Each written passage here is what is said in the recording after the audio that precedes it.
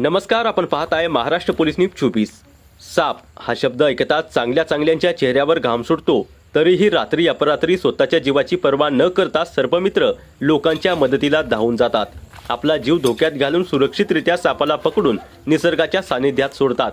त्या सापापासून माणसाचाही जीव वाचवतात आणि आलेले मोठे संकट टाळतात। अशा वेळी अनेक सर्पमित्रांचा सापाचा दंश होऊन मृत्यू सुद्धा होतो। अशा परिस्थितीत सर्पमित्रांना कसलीही मदत किंवा संरक्षण मिळत नाही।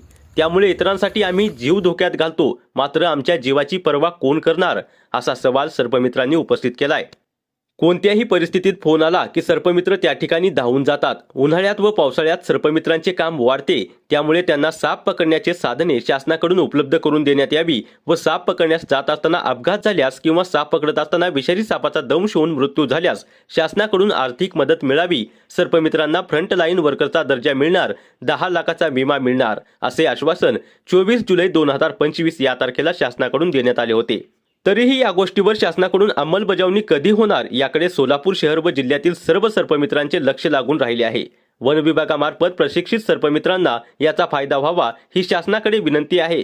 वर्ल्ड फॉर नेचरचे सदस्य सर्पमित्र शकील जमादार, सर्प अभ्यासक राहुल शिंदे, सर्पमित्र निसार नदाफ, सर्पमित्र औदुंबर गेजगे, सर्पमित्र अली मुजावर, सर्पमित्र अनिल अलदर। महाराष्ट्र पोलीस न्यूज 24 साठी सोलापूर जिल्हा उपसंपादक मोहसिन आतार।